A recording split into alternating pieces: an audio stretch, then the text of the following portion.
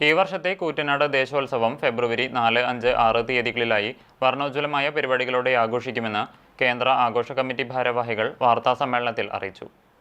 28 ആഘോഷ കമ്മിറ്റികളുടെ നേതൃത്വത്തിൽ കേരളത്തിലെ തലയെടുപ്പുള്ള 48ഓളം ഗജവീരന്മാർ ദേശോത്സവത്തിന് പ്രൗഢിയേകും.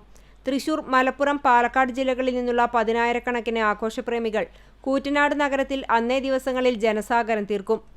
ആഘോഷ പരിപാടികളുടെ ഭാഗമായുള്ള അനിഷ്ട സംഭവങ്ങൾ തടയിടൽ, നഗരത്തിന്റെ ഓരോ മുക്കിലും മൂലയിലും നിരവധി നിരീക്ഷണ ക്യാമറകൾ സജ്ജീകരിച്ചതായും ഭാരവാഹികൾ അറിയിച്ചു. ഫെബ്രുവരി 6-ന് പള്ളി പരിസരത്തു നിന്നും 6 മണിക്ക് ഘോഷയാത്രകൾക്ക് തുടക്കമാകും. നഗരപ്രദക്ഷിണം പൂർത്തിയാക്കി തൃത്താല റോഡിൽ രാത്രി 10 മണിക്ക് കരുവാടിക്കുളത്തിന് സമീപത്തെ പാടത്ത് ഗജസംഗമം നടക്കും.